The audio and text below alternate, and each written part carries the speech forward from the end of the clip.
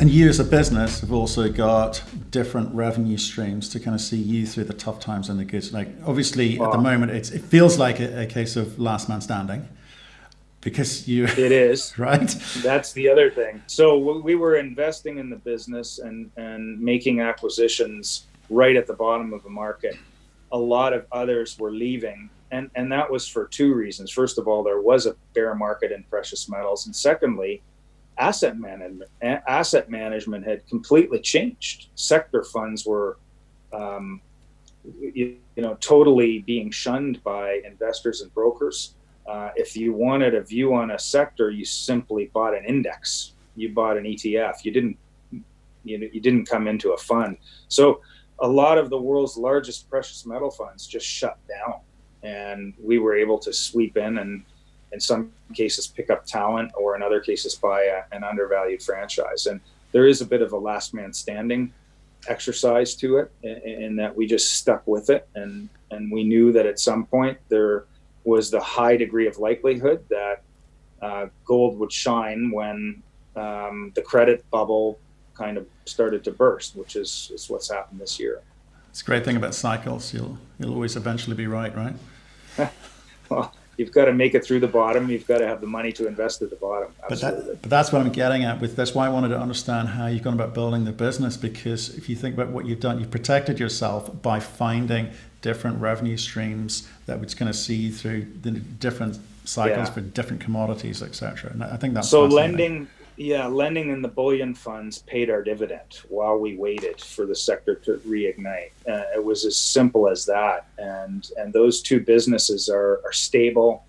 They powered our dividend. At one point, we were paying over a 5% dividend. So what we started to realize is that most of our shareholders were holding us as a precious metal proxy, and almost as they would a royalty company, as opposed to being royalties off ounces produced in the ground, out of the ground.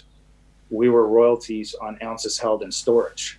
Right. And similar margin, quite frankly, and similar small staff. So levels of profitability were getting better even while the gold market was low. Okay, which makes total sense to me. But it's been brought about by the way that you have re-engineered the business away from star manager status, where you've taken the best bits. I get it. You kind of almost in a way AI'd the company by taking the best bits and removing. What would you say you did remove? Did you remove the emotion from the decision making? Individual decision-making processes that were based more on gut instinct. And in the 1990s or 2000s, when some of these managers were absolutely killing it, returns were astronomical compared to the benchmarks.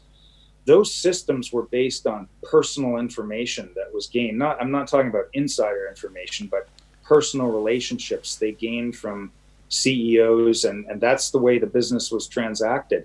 Nowadays, computers, as we all know, run much faster than humans. The information, once a drill hole is out, is known by everybody, and everybody can model that information. So we needed a system that could react to that as opposed to gut instinct. And that's what it was. But let me just run through a list of names in terms of the collaborative DNA that we put together. So there was Eric, there was John Embry, there was Charles Oliver, there was Paul Stevens, there's Whitney George, there's Rick Rule, there's Neil Adghed. I mean, the list of investors that we had to combine to get that system, as good as we could was a long one. It took a long time. Yeah, and I mean it's fascinating. That's a lot of knowledge, a lot of power in there. But you've got to engage it.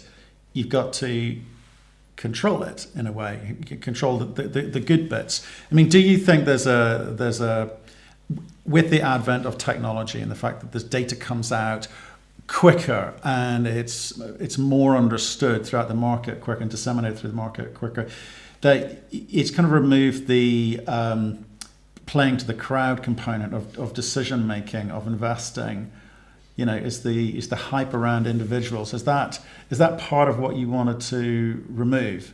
Well, originally, yes, but of course, you need to know how the crowd's going to react as well. So it's not got out of it entirely. You still need, I think, human beings to analyze, okay, is that drill data going to disappoint? Is that production data going to disappoint? Or is this now onto another phase where it could get better? And I think it's a combination of the system, risk management, and individuals that add the necessary ingredients.